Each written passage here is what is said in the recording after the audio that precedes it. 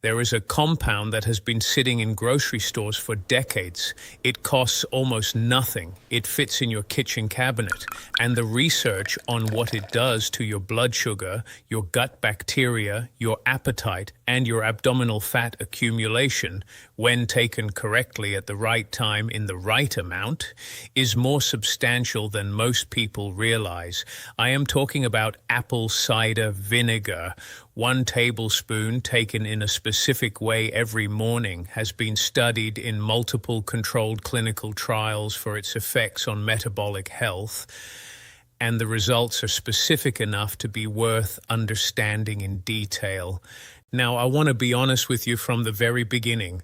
Apple cider vinegar is not a fat-burning drug. It does not dissolve abdominal fat overnight. Anyone who tells you it does is overstating what the research shows.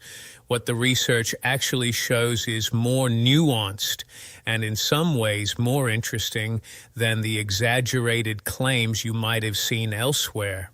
It involves mechanisms that are directly relevant to the metabolic challenges that adults over 55 face specifically. And by the end of this video, you will understand exactly what it does, how it does it, whether it is appropriate for you, and how to take it in a way that produces the benefits the research documents without the risks that incorrect usage creates. I am Dr. Wells, and this is WellAge Health, honest, evidence-based health information for adults over 55 every single week. Before we go further, apple cider vinegar is acidic, and that acidity creates specific risks that I will cover in detail. If you have a history of gastroparesis, esophageal conditions, active ulcers, chronic kidney disease, or if you are taking insulin or certain diabetes medications, please discuss this with your doctor before starting. These are not trivial cautions, and I will explain the mechanisms behind each one so you understand exactly why they matter. Let's start with what apple cider vinegar actually is, because most people who use it have never thought about the chemistry. Apple cider vinegar is made through a 2-stage fermentation process. In the first stage, crushed apples are exposed to yeast, which ferments the natural sugars into alcohol, producing an apple cider. In the second stage, acetic acid bacteria, specifically Acetobacter species, convert the alcohol into acetic acid. The result is a liquid that is approximately 5 to 6% acetic acid by volume, along with water, trace minerals, and in unfiltered varieties, a colony of beneficial bacteria and yeast called the mother, visible as the cloudy sediment at the bottom of the jar. It is the acetic acid that is responsible for virtually all of the metabolic effects documented in clinical research, and it is a genuinely interesting molecule from a biochemical standpoint. When acetic acid is absorbed from the digestive tract, it enters cellular metabolism and is converted into acetate, a short-chain fatty acid.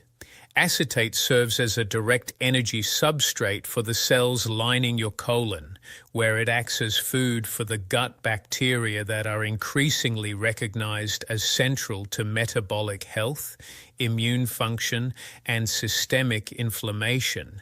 It also enters the liver, where it participates in processes that regulate fat accumulation and glucose production, and it crosses the blood-brain barrier, where research has shown it activates satiety signaling pathways that reduce appetite and food intake.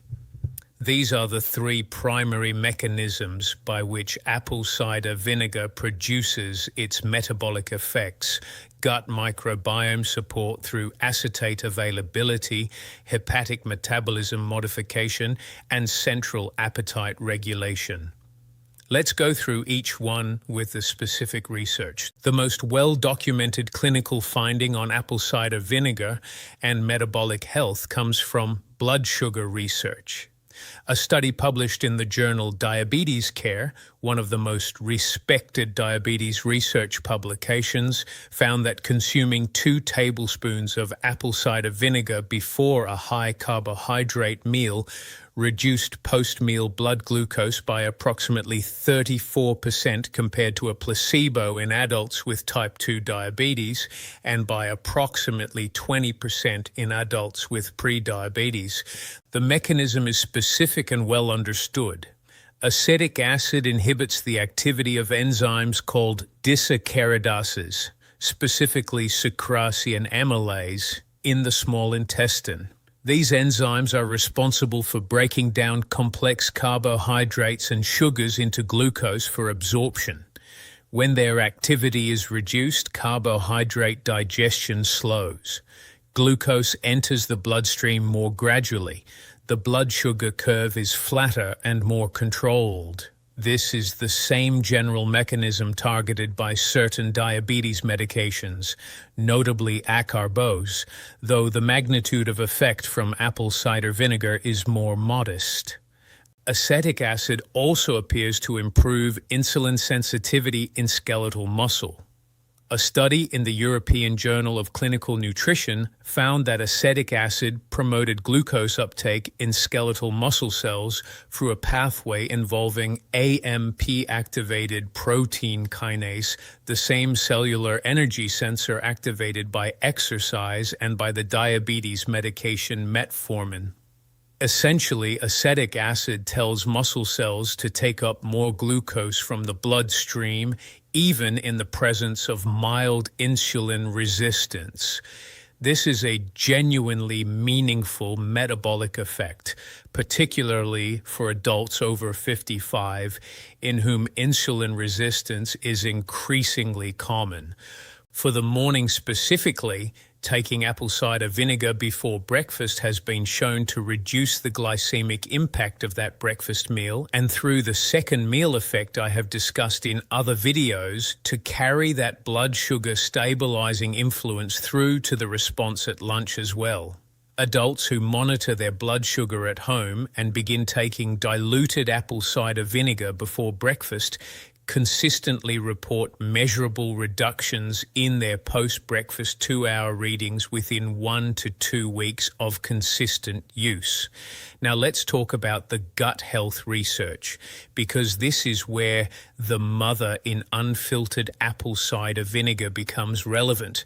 Your gut microbiome, the roughly 38 trillion bacteria, fungi, and other microorganisms residing in your digestive tract, is one of the most active research frontiers in medicine. The composition of your gut microbiome influences your immune function, your systemic inflammation levels, your production of neurotransmitters, your absorption of nutrients, and your metabolic health in ways that are becoming increasingly well understood. The acetate produced from acetic acid is a short-chain fatty acid, and short-chain fatty acids are the preferred energy source for the colonocytes, the cells lining the colon, and for the beneficial bacteria, particularly lactobacillus and bifidobacterium species that are associated with metabolic health, reduced inflammation, and healthy weight management. When acetate is available in the colon, these beneficial bacteria are preferentially supported over the opportunistic bacteria that produce inflammatory compounds and contribute to metabolic dysfunction. A study published in the Journal of Functional Foods examining the microbiome effects of regular apple cider vinegar consumption found meaningful shifts in gut bacterial composition toward more metabolically favorable profiles, increases in short-chain fatty acid producing bacteria, and reductions in certain pro-inflammatory species after 8 weeks of daily use. The mother in unfiltered apple cider vinegar adds a further dimension. Unfiltered, unpasteurized apple cider vinegar, the kind with the visible cloudy sediment, contains live cultures of acetic acid bacteria and acetobacter species, along with proteins, enzymes, and trace minerals from the fermentation process. While the scientific evidence specifically on the mother is less extensive than the evidence on acetic acid, the general principle that fermented foods with live bacterial cultures support gut microbiome diversity is well supported across a much larger body of fermented food research. When purchasing apple cider vinegar for health purposes, unfiltered and unpasteurized varieties, which display the mother clearly, are preferable to filtered clear varieties which contain only acetic acid and have lost the beneficial bacterial component through filtration and pasteurization. Now let's address the abdominal fat research directly, because this is the claim that gets the most attention and the most exaggeration. And it deserves an honest and specific explanation. The most significant clinical study on apple cider vinegar and body composition was published in the journal Bioscience, Biotechnology, and Biochemistry, a peer-reviewed Japanese research journal. The study was a 12-week randomized, double-blind, placebo-controlled trial, the gold standard of clinical research design. Obese Japanese adults were divided into 3 groups, one consuming 1 tablespoon of apple cider vinegar daily, one consuming 2 tablespoons daily, and one consuming a placebo with the same caloric content. Diet and physical activity were not changed in any group. At 12 weeks, both the 1 tablespoon and 2 tablespoon groups showed statistically significant reductions in body weight, waist circumference, visceral fat area, specifically the abdominal fat measured by CT scan, and triglyceride levels compared to the placebo group. The 1 tablespoon group lost an average of 1.2 kilograms. The 2 tablespoon group lost an average of 1.7 kilograms. The placebo group gained a small amount of weight over the same period. The mechanism proposed by the researchers involves acetic acid's effect on the AMPK pathway in the liver, the same pathway I mentioned in the muscle context. When AMPK is activated in the liver, it suppresses the enzymes responsible for fat synthesis, specifically fatty acid synthase, and promotes the oxidation of existing fatty acids for energy. This is the most plausible biological explanation for the visceral fat reduction observed in the study. It is not dramatic. The effect size is modest, but it is consistent, reproducible, and statistically significant across the 12 weeks. What is particularly relevant for adults over 55 is that the fat most significantly affected, visceral fat, the metabolically active fat stored around the abdominal organs, is exactly the fat most associated with insulin resistance, cardiovascular disease, type 2 diabetes, and systemic inflammation in older adults. Small reductions in visceral fat carry disproportionately large metabolic benefits because of its central role in driving systemic inflammation and hormonal disruption. A 1.2 kilogram reduction in total body weight with measurable visceral fat reduction in 12 weeks without any dietary or exercise change represents a genuine metabolic contribution, not a miracle, but a meaningful additive effect alongside other healthy habits. There is one more metabolic effect worth covering: satiety and appetite regulation.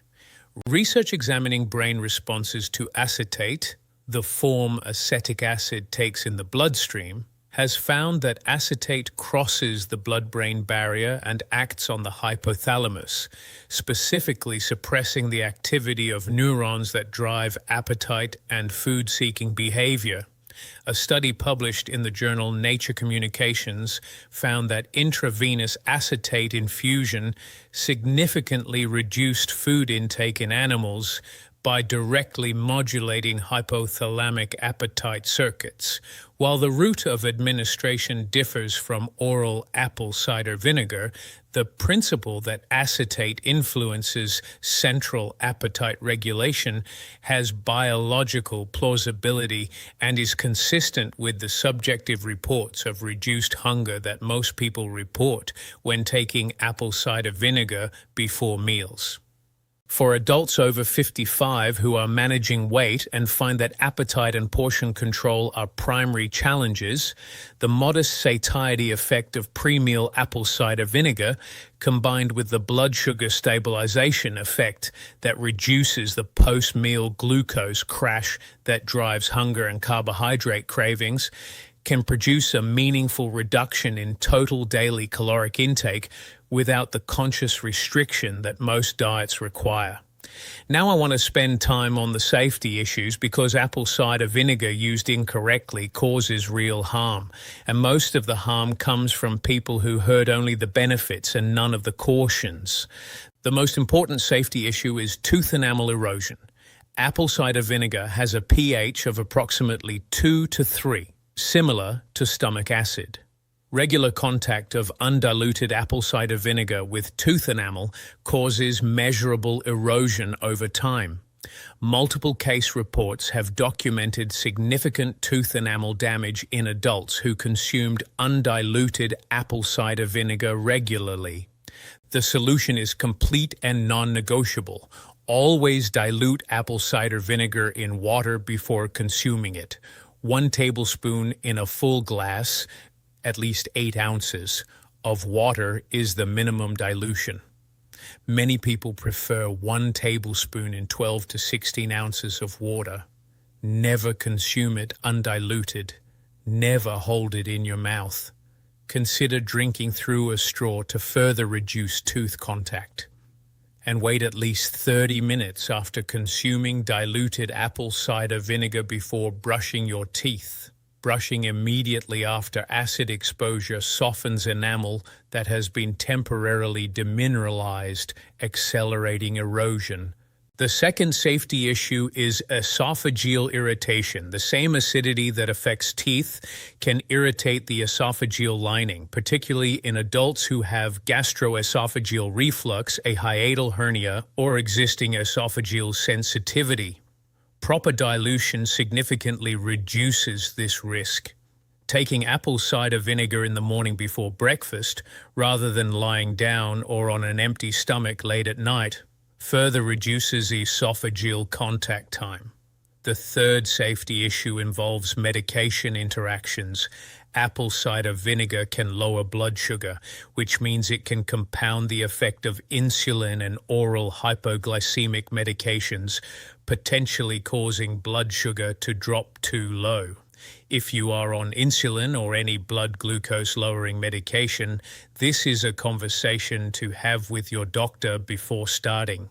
The interaction is real and the monitoring required is specific. Apple cider vinegar also affects potassium levels.